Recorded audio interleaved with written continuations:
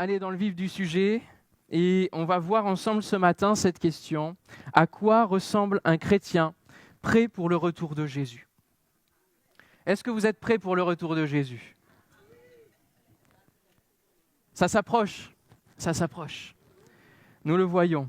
Et depuis cet été, j'ai l'habitude de prêcher au refuge. Le refuge, c'est une maison de vacances en Alsace. Et je prêche toute une semaine, et j'ai prêché toute une semaine sur « Préparons-nous au règne qui vient », le règne de Christ qui vient. Et depuis lors, à chaque fois que je vais dans une église que je visite, le Seigneur me dit de rester sur la même ligne, de prêcher sur le retour de Jésus. Donc j'obéis, et ce matin, on va en parler. Petite question pour vous. Quel modèle biblique vous vient à l'esprit quand on réfléchit à ce qui pourrait correspondre à un chrétien qui attend la venue de Jésus? Est-ce que vous avez des idées qui vous viennent? Modèle biblique. Les vierges sages, ok, intéressant. Doit être prêt. Paul. Ouais, ok. Alors on va faire la connexion, Jean-Baptiste, on va faire la connexion avec la période où on est. Et on va aller dans Luc, chapitre 2. On est dans l'avant-Noël, il n'y a que le Saint-Esprit qui peut faire ce genre de correspondance. Dans la dynamique de l'Avent, Jésus est venu une première fois et Jésus revient une seconde fois. Et on va lire dans Luc, chapitre 2, 2 personnes qui étaient prêtes pour la venue de Jésus, qui ont su voir Jésus venir, qui ont su reconnaître Jésus comme le Messie. Évangile de Luc, chapitre 2, verset 21. Le 8e jour, auquel l'enfant devait être circoncis, étant arrivé, on lui donna le nom de Jésus, nom qui avait indiqué l'ange avant qu'il soit conçu dans le sein de sa mère. Et quand les jours de leur purification furent accomplis, selon la loi de Moïse, Joseph et Marie le portèrent à Jérusalem pour le présenter au Seigneur. Suivant ce qui est écrit dans la loi du Seigneur, tout mâle premier-né sera consacré au Seigneur. Et pour offrir en sacrifice 2 tourterelles et 2 jeunes pigeons, comme cela est prescrit dans la loi du Seigneur. Et voici, il y avait à Jérusalem un homme appelé Siméon. Cet homme était juste et pieux. Il attendait la consolation d'Israël et l'Esprit Saint était sur lui. Il avait été divinement averti par le Saint-Esprit qu'il ne mourrait point avant d'avoir vu le Christ du Seigneur. Il vint au temple, poussé par l'Esprit.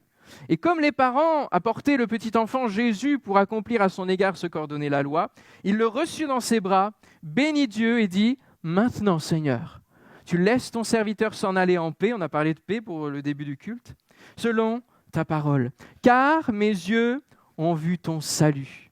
Salut que tu as préparé devant tous les peuples. Lumière pour éclairer les nations et gloire d'Israël, ton peuple. » Son père et sa mère étaient dans l'admiration des choses qu'on disait de lui.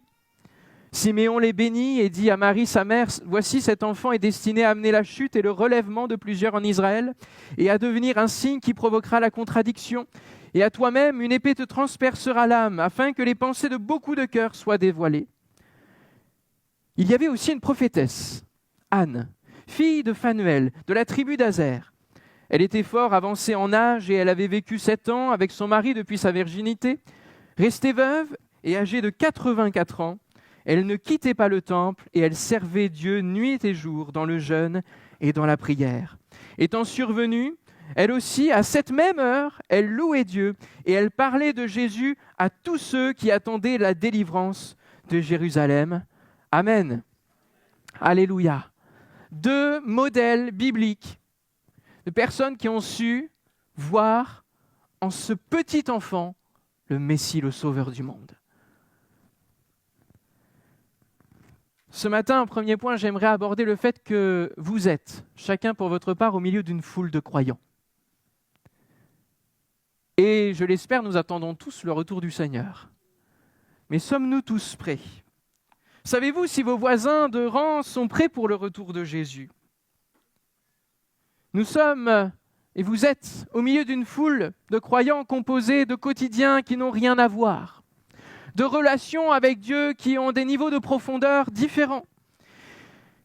Et donc, du niveau de préparation du retour de Jésus, de l'amour, de l'avènement du Seigneur, qui sont eux aussi très variés.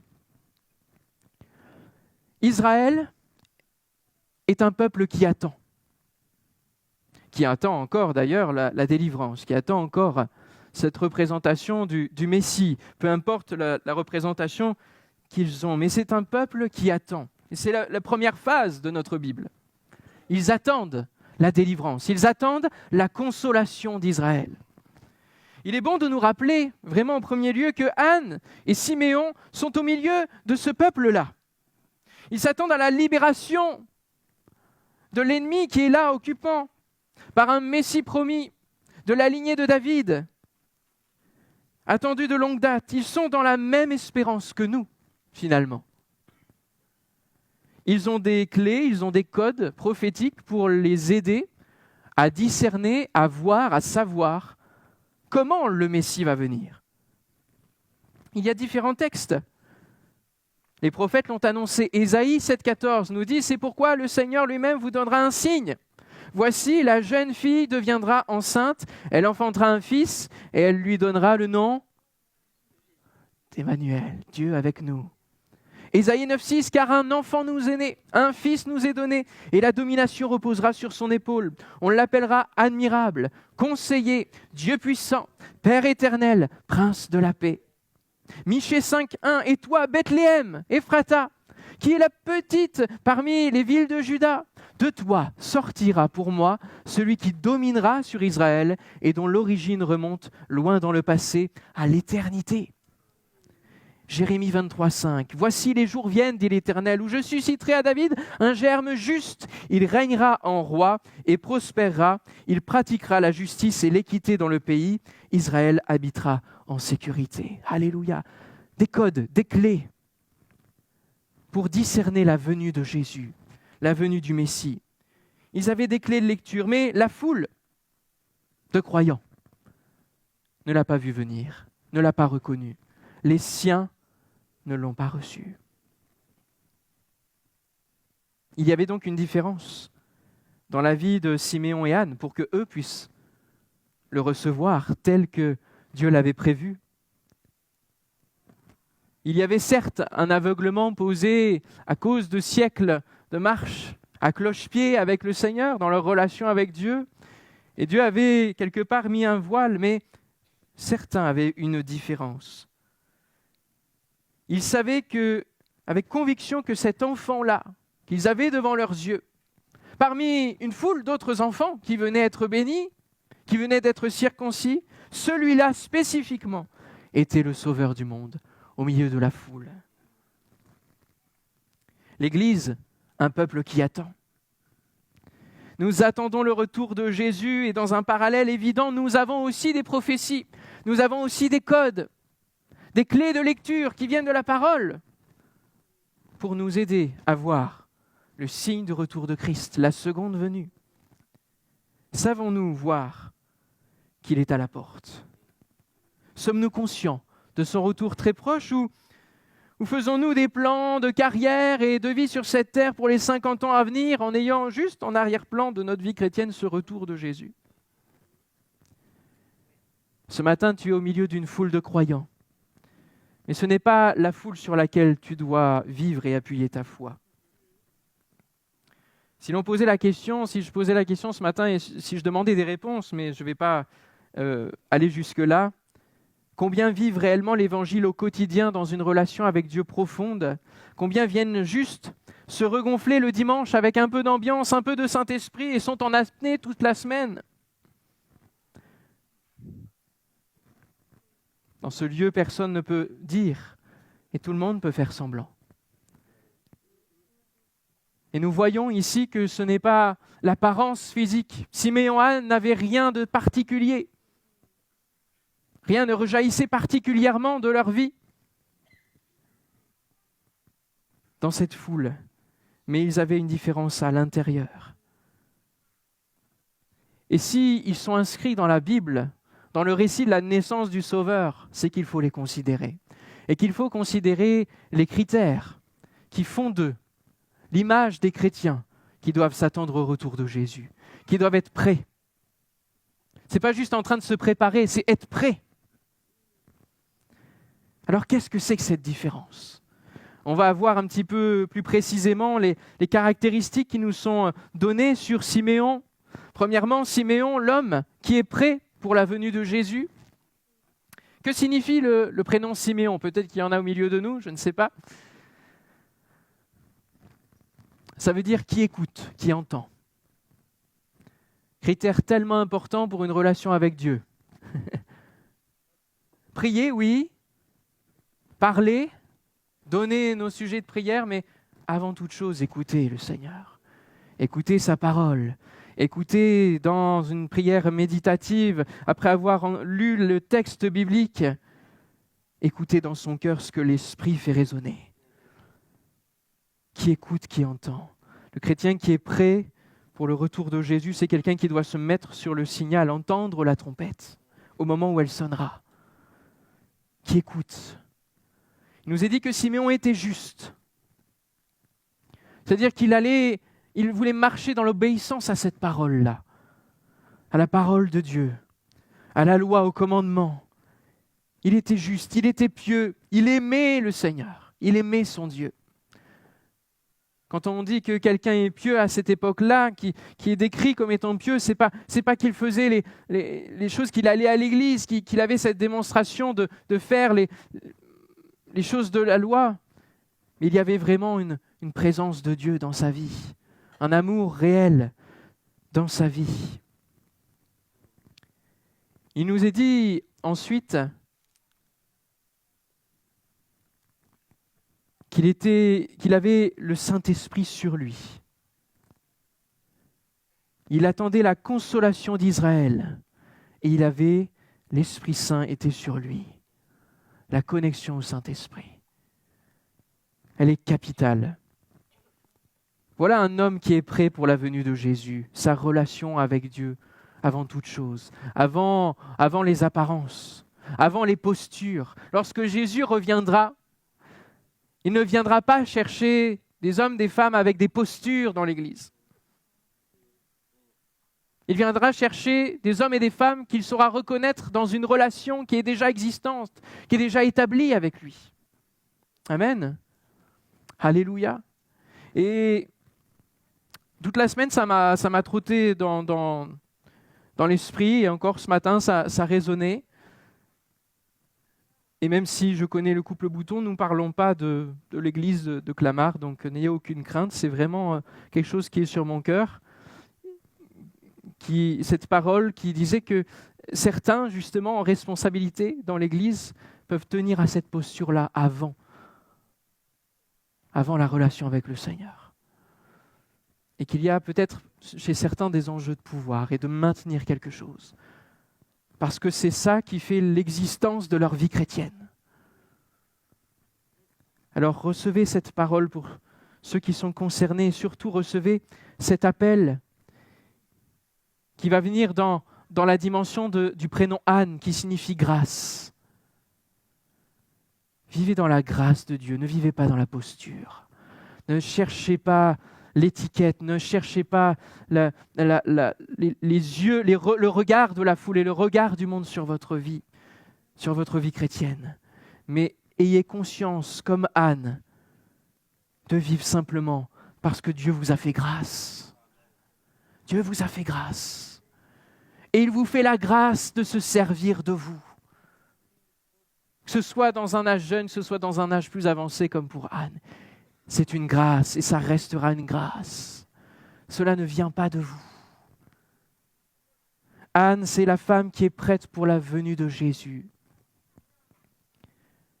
C'est la fille de Phanuel. Phanuel, ça veut dire face de Dieu. Et on voit bien ici qu'elle est dans le temple et elle est vraiment face à son Père, face à la face de Dieu.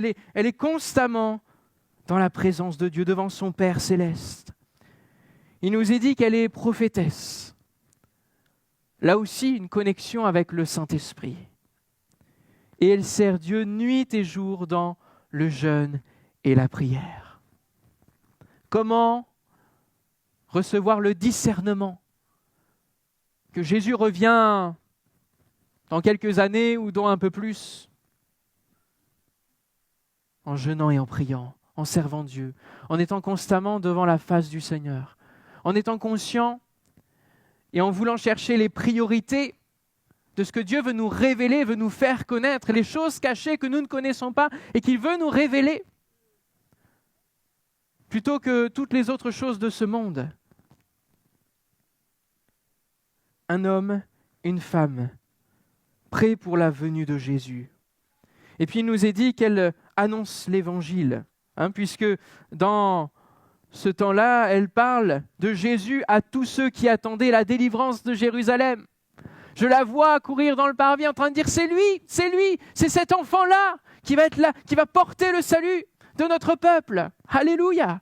C'est lui, et je la vois en train de courir, parce que c'est un moment qu'elle a attendu tellement de temps, toute sa vie. Elle a été nourrie de cela. Et au moment, le bon, le meilleur, elle va arriver pour dire, il est là, la délivrance arrive. Et je ne sais pas si vous avez vu la série The Chosen, mais quand on voit les disciples au tout démarrage, où on a ceux qui sont les premiers à être en contact avec Jésus, qui vont voir les autres, et qui vont dire, mais c'est lui, ça y est, la délivrance est là. Oh, ça me fait vibrer parce que je me dis, quand la trompette va être là, alors c'est sûr que ça va être en un clin d'œil, on n'aura pas le temps de courir vers les autres en train de dire, ça y est, le Jésus revient. Mais faisons-le dès maintenant, courons maintenant. Auprès de mon frère, ma sœur qui est en train de se décourager, dire Jésus reviens, réveille-toi, reviens à la connexion avec ton Père, avec le Saint-Esprit. Mets ça en priorité dans ta vie parce qu'il revient. Ce n'est plus le moment de tergiverser, ce n'est plus le moment d'aller vers des futilités, ce n'est plus le moment d'avoir d'autres passions. C'est le moment de se préparer parce que Jésus revient. Jésus revient. Et je nous vois en train d'annoncer l'évangile aussi, en train de dire au monde, Jésus revient bientôt. Et malgré les moqueries qui peuvent être là, avec les chansons, avec peut-être les colibés, nous devons continuer de dire, Jésus revient. Parce que si l'Église de Jésus-Christ ne l'annonce pas, qui le fera ? Qui le fera ? Jésus revient bientôt. Préparez-vous. Ce monde va à sa perte, va à sa destruction dans le péché. Mais Jésus nous a préparé une nouvelle terre, de nouveaux cieux. Alléluia. Et bientôt le moment d'y aller viendra. Quelle gloire, quelle joie. Alors vous l'avez sûrement vu, le point commun de ces deux personnes, ce qui rejaillit comme dénominateur commun entre Siméon et Anne, c'est la présence du Saint-Esprit. Voilà ce qui fait la différence. Sur la foule de croyants, ce qu'ils ont, c'est la connexion avec le Saint-Esprit avant même que la Pentecôte soit là. Intéressant, non ? On a l'impression qu'ils sont baptisés du Saint-Esprit. L'Esprit Saint était sur lui. Il a été divinement averti par le Saint-Esprit. Anne est une prophétesse. Alors je ne dis pas que le Saint-Esprit n'était pas présent dans l'Ancien Testament, comprenez-moi bien. Le Saint-Esprit était à l'œuvre et il y avait les prophètes justement, remplis du Saint-Esprit. Mais on a l'impression qu'ils sont déjà après la Pentecôte. Ils ont ce dénominateur commun, cette différence, qui est le discernement qui vient de l'Esprit Saint. Et c'est le Saint-Esprit qui nous permettra aussi de faire cette différence pour nous, parce qu'il nous est donné pour nous préparer. Le Saint-Esprit nous est donné pour nous rappeler la parole. Et la parole, elle fait quoi ? Elle nous amène vers Christ. Elle nous amène à comprendre les enjeux du retour de Jésus, à lire les signes, les clés de lecture. Et lorsque je demande au Seigneur de quoi tu veux que je parle, alors là, il y avait le retour de Jésus, mais souvent le Saint-Esprit dit « parle de moi ». Non pas pour glorifier le Saint-Esprit, parce que le Saint-Esprit ramène à Jésus, mais c'est l'Esprit de Christ. Et il veut nous rappeler ce matin qu'il a été envoyé pour nous. Que sa mission présente là, c'est pour être sur terre avec nous. C'est pour nous encourager. C'est pour être avec nous. Et donc ce ne sera pas quand il y aura l'éternité, quand on sera tous là-haut, qu'il faudra cultiver la relation avec le Saint-Esprit. C'est maintenant, en fait, qu'il faut se connecter aux choses du ciel. C'est maintenant qu'il faut rechercher à être assis avec Christ dans les lieux célestes. En étant connecté au Saint-Esprit, en ayant une relation avec le Saint-Esprit, celui qui nous a été envoyé.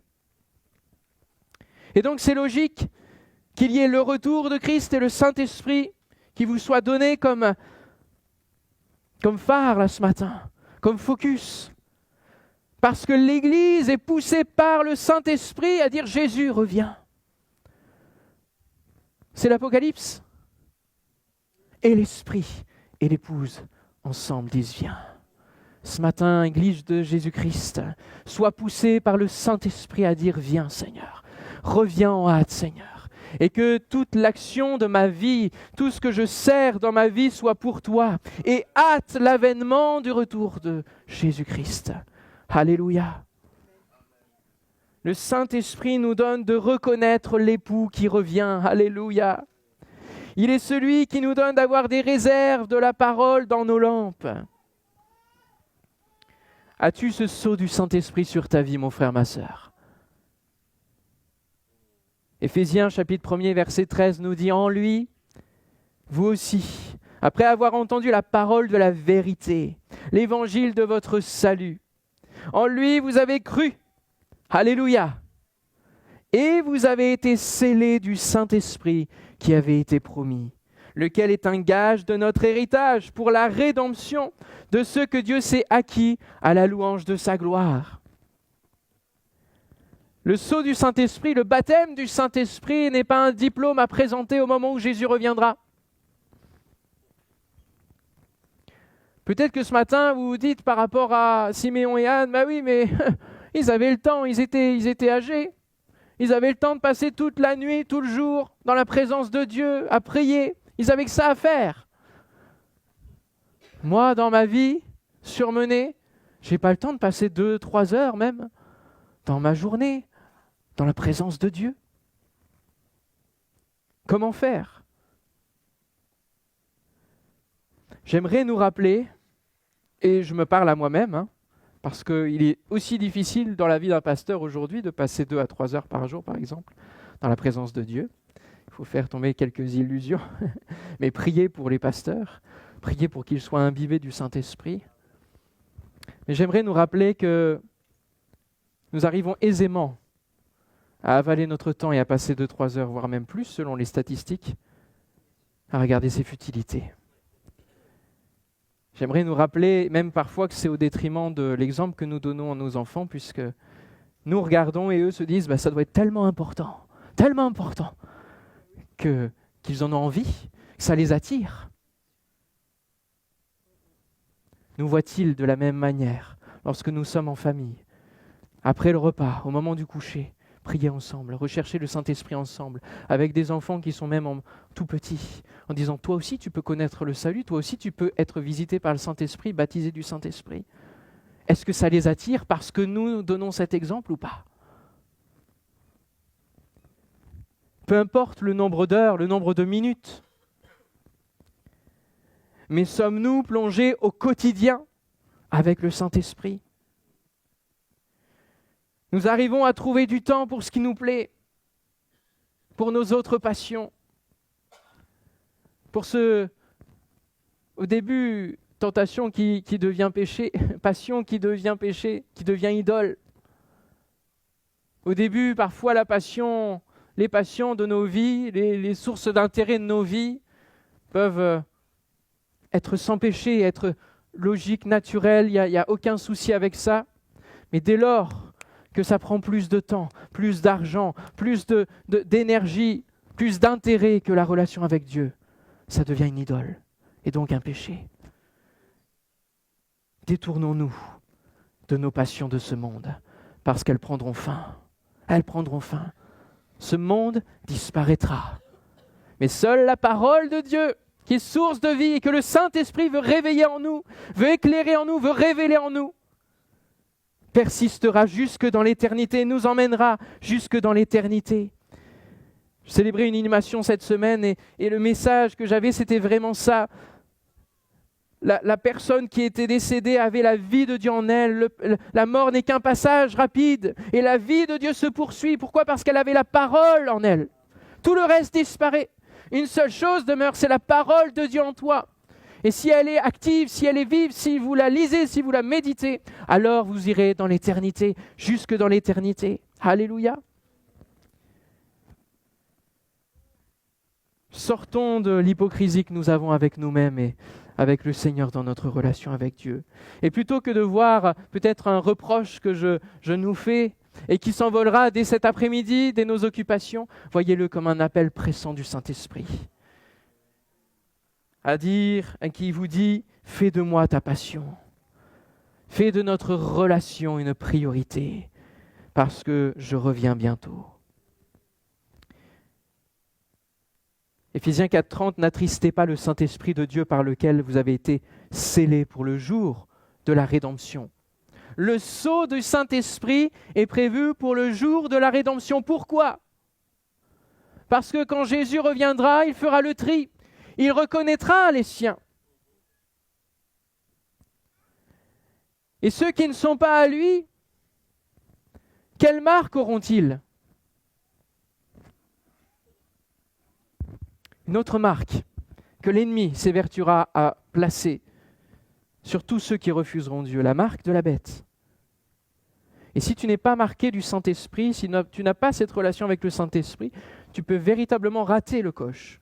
Tu peux être complètement à côté. Le sceau du Saint-Esprit n'est donc pas un diplôme à présenter, mais c'est une expérience du quotidien. Et l'une de vos paroles d'église, c'est vivre l'évangile au quotidien. Vivez la relation au Saint-Esprit au quotidien. Ayez des expériences. Comme les recruteurs, ce que Dieu recherche, ce n'est pas le diplôme forcément, mais c'est l'expérience que tu as, qui est récente, qui est vive. Et ce n'est pas si tu as été baptisé du Saint-Esprit il y a 50 ans ou 50 jours qui est important, mais c'est ton expérience d'aujourd'hui, d'hier, de demain, c'est ta vie de l'Esprit qui va faire la différence, qui va être cette marque, qui va cultiver ce sceau. Parce que Dieu nous accorde chaque jour le souffle de vie sur cette terre, alors il nous faut bien l'utiliser, bien les utiliser. Parles-tu en langue ? Parles-tu en langue ? T'édifies-tu en langue ? Même si tu ne comprends pas, tu sens la chaleur de l'Esprit qui vient édifier, qui vient te donner une solidité spirituelle. On ne comprend pas tout, forcément ça nous dépasse, c'est divin. Mais si on parle en langue, parfois il y a des situations où nous ne savons pas quelle est la volonté de Dieu et les soupirs inexprimables de l'Esprit viennent prier à notre place, prendre le relais pour que la volonté de Dieu soit priée et que notre volonté soit laissée de côté et que la gloire de Dieu se manifeste alors. Alléluia. Quand vous êtes devant un lit d'hôpital en réanimation et que la personne a eu des problèmes au niveau du cerveau, qui a été à moitié ouvert et qui est branché de partout, vous arrivez devant le lit, vous ne savez pas, même si vous êtes pasteur depuis longue date, vous ne savez pas quoi prier. La guérison, le départ, qu'est-ce qui est mieux pour la personne ?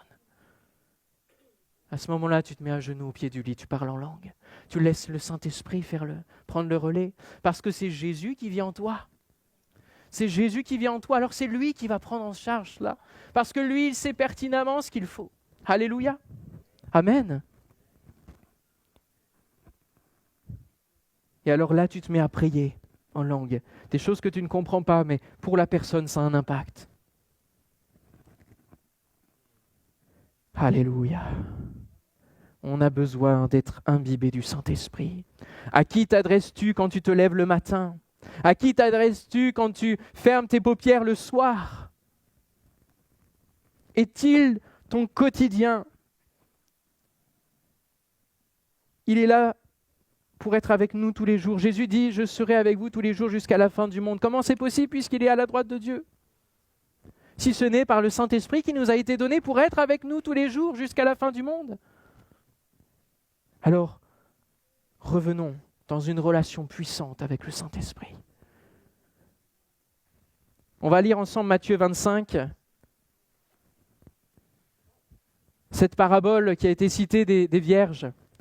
Et par rapport à tout ce que je vous ai annoncé ce matin, lisons-le vraiment avec des yeux nouveaux. Matthieu 25, verset 1er. Alors, le royaume des cieux sera semblable à 10 vierges qui, ayant pris leur lampe, allèrent à la rencontre de l'époux. 5 d'entre elles étaient folles et 5 sages. Les folles, en prenant leur lampe, ne prirent point d'huile avec elles. Peut-être que le mot inconsciente vous parlerait plus que folle.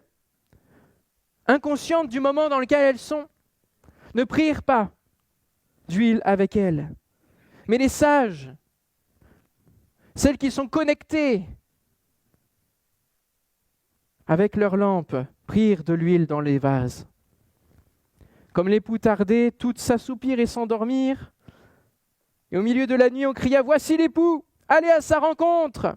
Alors toutes ces vierges se réveillèrent et préparèrent leurs lampes. Les folles dirent aux sages « Donnez-nous de votre huile, car nos lampes s'éteignent. » Les sages répondirent « Non, il n'y en aurait pas assez pour nous et pour vous. Allez plutôt chez ceux qui en vendent et achetez-en pour vous. » Pendant qu'elles allaient en acheter, l'époux arriva. Celles qui étaient prêtes entrèrent avec lui dans la salle des noces, et la porte fut fermée. Plus tard, les autres vierges vinrent et dirent « Seigneur, Seigneur, ouvre-nous. Ouvre-nous. Nous t'en supplions, Seigneur, ouvre-nous. » Mais il répondit « Je vous le dis en vérité, qui êtes-vous ? Je ne vous connais pas. Veillez donc, puisque vous ne savez ni le jour, ni l'heure. » À quoi ressemble un chrétien prêt pour le retour du Seigneur ? Il ressemble à un flambeau dans le monde, à une lumière dans les ténèbres.